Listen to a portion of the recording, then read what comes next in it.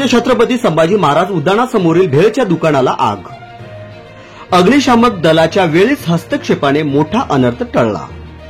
मागाव रोडवरील छत्रपती राजे संभाजी महाराज उद्यानासमोर असलेल्या लक्ष्मी भेळ भांडार या दुकानाला दिनांक 1 ऑक्टोबर रोजी सकाळी 8 वाजताच्या दरम्यान अचानक आग लागल्याची घटना घडली। आगीत दुकानातील साहित्य जळून खाक झाले असून परिसरात काही काळ भीतीचे वातावरण पसरले होते।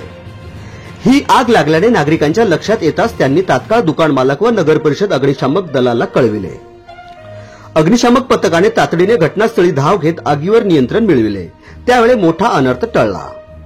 सदर दुकानात गॅस सिलेंडरच्या टाक्याही असल्याने आग पसरल्यास भीती परिस्थिती निर्माण झाली असती, मात्र वेळेवर अग्निशामक दल व पोलीस प्रशासनाच्या दक्षतेमुळे अपघात टाळण्यात यश आले।